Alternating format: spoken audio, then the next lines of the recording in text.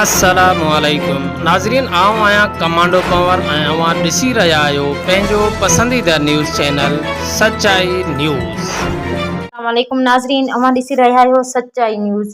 नाज़रीन, अवां सां अहम ख़बर शेयर कयूं पिया। मातली मां रिपोर्टर मेहरुल्लाह शेख जी रिपोर्ट मूजिबि नेशनल अल फलाह वेलफेयर ट्रस्ट पाकिस्तान जे प्लेटफॉर्म तां ऐं मोहतरम नईमा काज़ी ऐं ऑस्ट्रेलिया जी टीम जे ख़ुसूसी सहकार सां हिकु पुरवकार तक़रीब मुनक़िद कई वई, जंहिंमें ज़िले बदीन ऐं ठटे जी ग़रीब मुस्तहिक न्यू मुस्लिम ख़ानदान जे 30 न्याणियुनि जी इज्तमाही शादी कराई वई, जिन्हनि जा निकाह मुमताज़ आलम दीन चेयरमैन इतिहाद अल मुस्लिमीन कौंसिल जे शेख अल्लामा डॉक्टर आमिर अब्दुल्ला मोहम्मदी साहब पढ़ाया। उन मौक़े ते नेशनल अल फलाह वेलफेयर ट्रस्ट पाकिस्तान जे चेयरमैन मोहम्मद अली शेख मीडिया सां ॻाल्हाईंदे चयो त असांजी हिन प्लेटफॉर्म तां 200 ग़रीब मुस्तहिक न्याणियुनि जूं शादियूं कराए चुका आहियूं ऐं आऊं तावन कंदड़ मुखीर हज़रातनि जो शुक्रगुज़ार आहियां, जिन्हनि हिन ॻाटे टोड़ महांगाई में हिन नेक कम करण में असांजो साथ ॾिनो।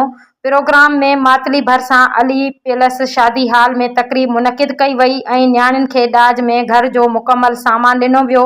प्रोग्राम में सियासी समाजी शख़्सियतनि भरपूर शिरकत कई ऐं शादी जी तक़रीब में 3000 माण्हुनि लाइ मानी जो बि पिणु इंतज़ाम कयो वियो।